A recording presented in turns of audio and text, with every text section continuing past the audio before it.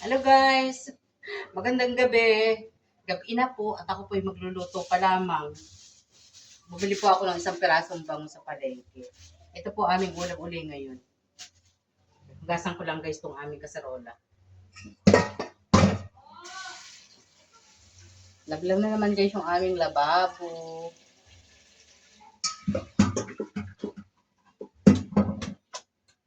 Hugasin ko lang to guys. Medyo mainit na po uli guys ngayon ang panahon. Ako ibagnas na naman ng pawis. Ganito po talaga pag walang aircon. Pawis na pawis po. Gabi na po, hindi pa ako nakakaluto. Pero may sinabi na po kami. Ako po yung matagal magkasinang isda. Kaya bago na naman pinaluto. 2 oras. Hindi ko pa nalilinis guys yung isda.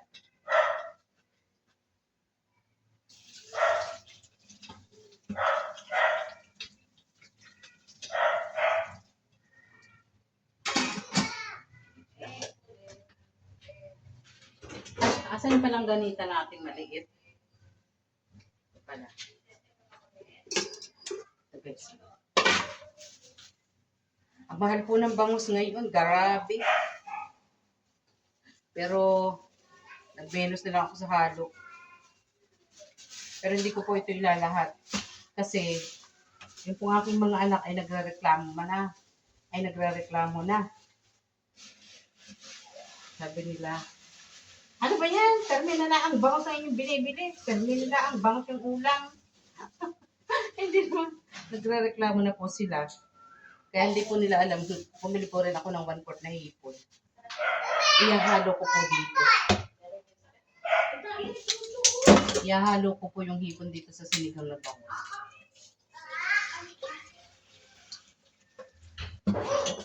At nagpakuha po ako ng malunggay uli kay Mister. Ito po yung kamatis ng halo niya, tsaka po yung ito. Bumili lang po ako ng ilang pirasong okra kasi wala po kami tanim. Tsaka po ito na lang pang asin namin, wala pong sampalo. Ito na lang artificial. Yan guys. Prepare ko po muna. Malunggay ulit! Kasi sinala ko na po yung tubig, sinabay ko na po ang kamatis at sibuyas. At isisigang ko na po yung aming ulam na sinigang na bangus. Na inirereklamo ng aking mga anak. Permi na lang daw sinigang na bangus. Kagabi po, kinamatisang bangus hanggang kanina tanghali. Ngayon naman, sinigang na bangus. Pero may kamatis pa rin. Kaya lang, kasi nga po, nagrereklamo na sila. Haluan ko ng hipon. Okay guys. Okay na siya guys. Kumukulo na. Lagay na po natin yung bangus. Bale, buntot lang po tsaka ulo aking inilagay. Tapos, ilagay ko na rin po itong hipon. Ang dami po nitong hipon. Favorite po ng aking bunsong anak. Ayan guys. Papan muna natin.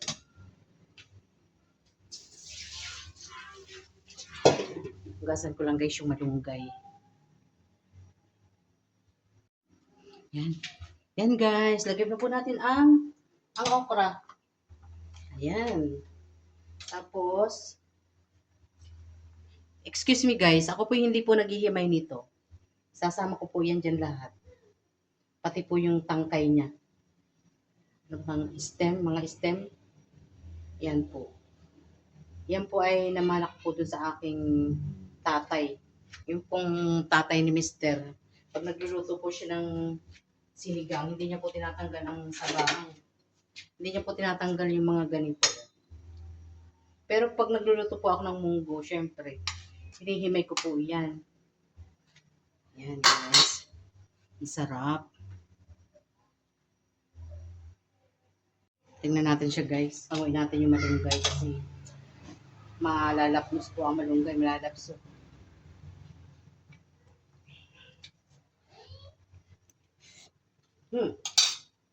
Ang sarap guys.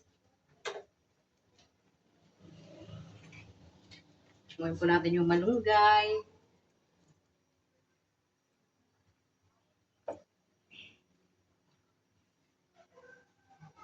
Ayun.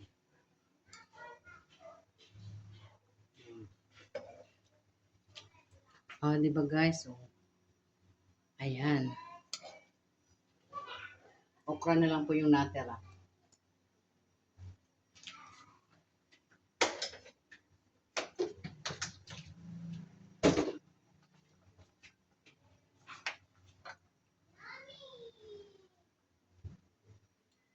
Okay na. Tingnan natin yung ano kung malambot na yung okra.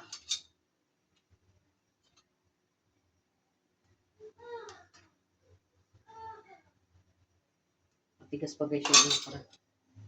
Palambutin muna natin guys yung okra. Lagyan ko pala dito guys, nalimutan ko to. Hindi ko po ito lalahat kasi ayaw ko po ng sobrang asin. Gusto ko ay sakto lang.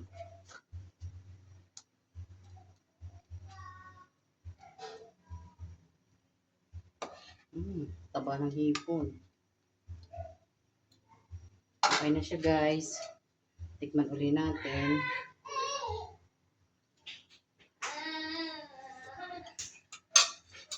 Sarap.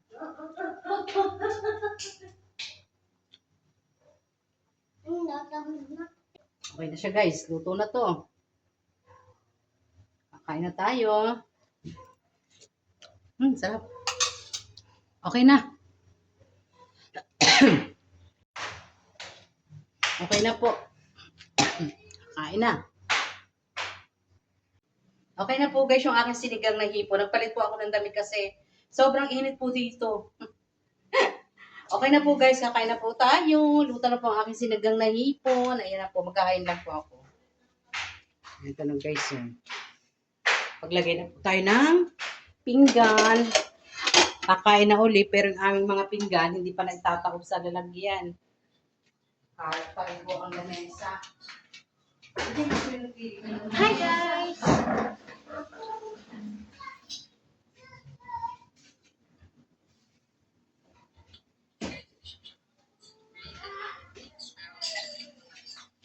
Ano tayo?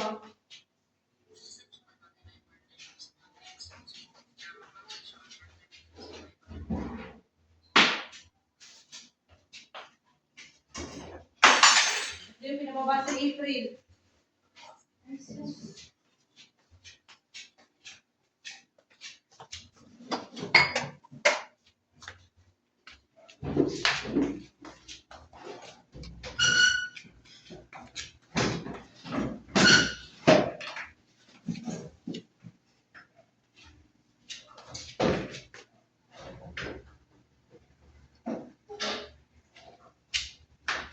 Kain tayo guys, magkain lang po ako. Kain tayo guys. Kain po. Iyahin ko kaya yung nasa FB. Kain po tayo. Ito po yung aking sinigang na hipon at bangus. Ito guys yung malunggay. Hindi po ako nagtatanggal ng tanggal kasi nandito pa rin po yung vitamina niya. Pero pag munggo naman, ang luluso ko, tinatanggal ko po. Pag na malunggay, press na press. Stop right there! Sabab po tayo.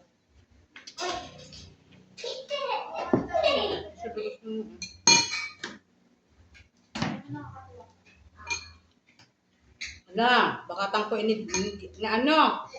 Baka tangkuin yun, ha? Abracadabra! Oh, no!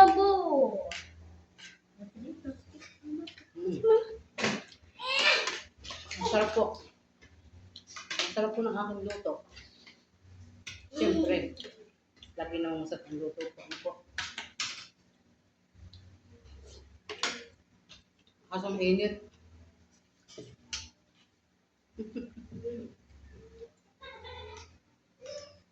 Pag mainit.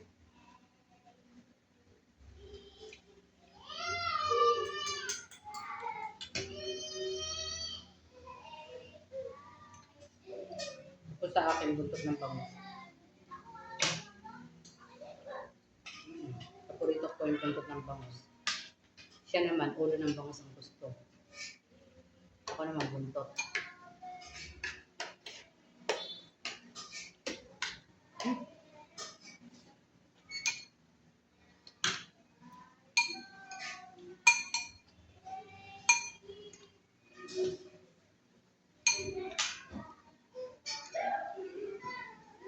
Ang sarap talaga ng lasa ng bangus. Ano guys? Opo. Depende po yun sa ano, sa bangus. Kaya ang bibili niyo pong bangus, yung pong maitim yung likod. Ang tawag doon pa, balugbog. Yun po ang masarap, maitim ang balugbog. Pero po pagka yung maputi, yun po masarap yung matabang. Ganun? I-edit ka siya. Para Hindi masarap ang lasa pagka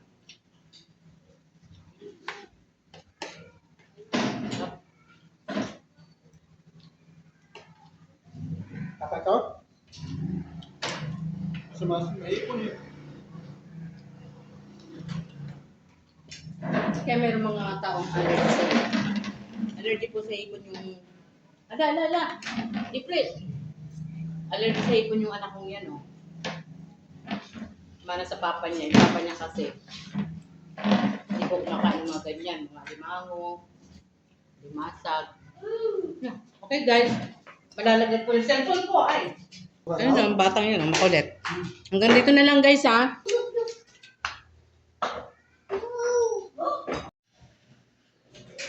Okay guys, tapos na po kami kumain. Maraming salamat sa panonood.